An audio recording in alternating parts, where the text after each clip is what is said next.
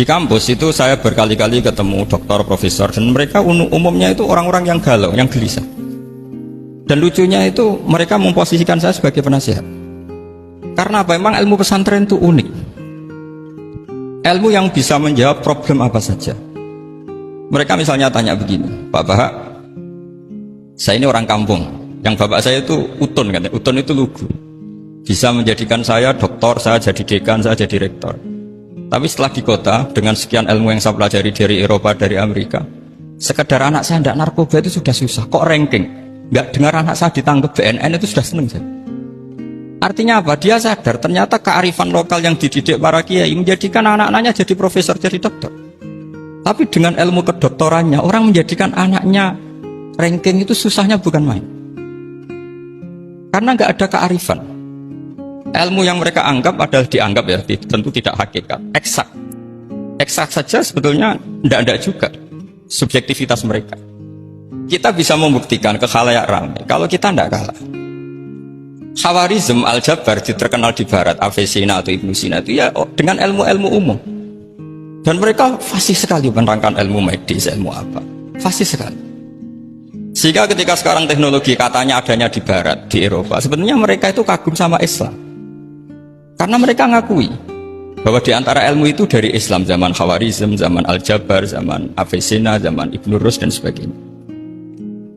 Saya beri sekian contoh, dan ini saya bilang, tanyakan ke orang kafir yang paling inat, paling lajeb di dunia. Tanyakan ayat ini, pasti artinya seperti ini. Yaitu ketika ada fenomena likuifaksi, tentu kalau di Jogja kan ada grup ilmiah, mereka tanya saya, Pak Bahak, apa ada teori manusia itu ditenggelamkan di bumi? Yang teori, bukan kasus, bukan peristiwa sejarah. Kalau peristiwa sejarah kan ada korun. Saya ditanya gitu, terus saya jawab, Aamin tumman fis sama ayakhsifa bikumul ardo fa idza hiya tamur. Apa kamu merasa aman di dunia sementara pengendali langit, man fis sama itu pengendali langit? Ya siapa saja, bisa malaikat atau bisa Allah, man sing kudratu fis sama, itu ahli tafsir beda pendapat. Yang nggak beda, yang nggak pernah nafsiri gitu. Jadi yang nggak beda karena nggak pernah nafsiri. Ayakhsifa bikumul ardo, bahwa bumi ini bisa ditenggelamkan. Faidah ya tamur, ya memang bumi itu bisa meleleh, bisa meleleh. Terus saya memberi sekian argumentasi.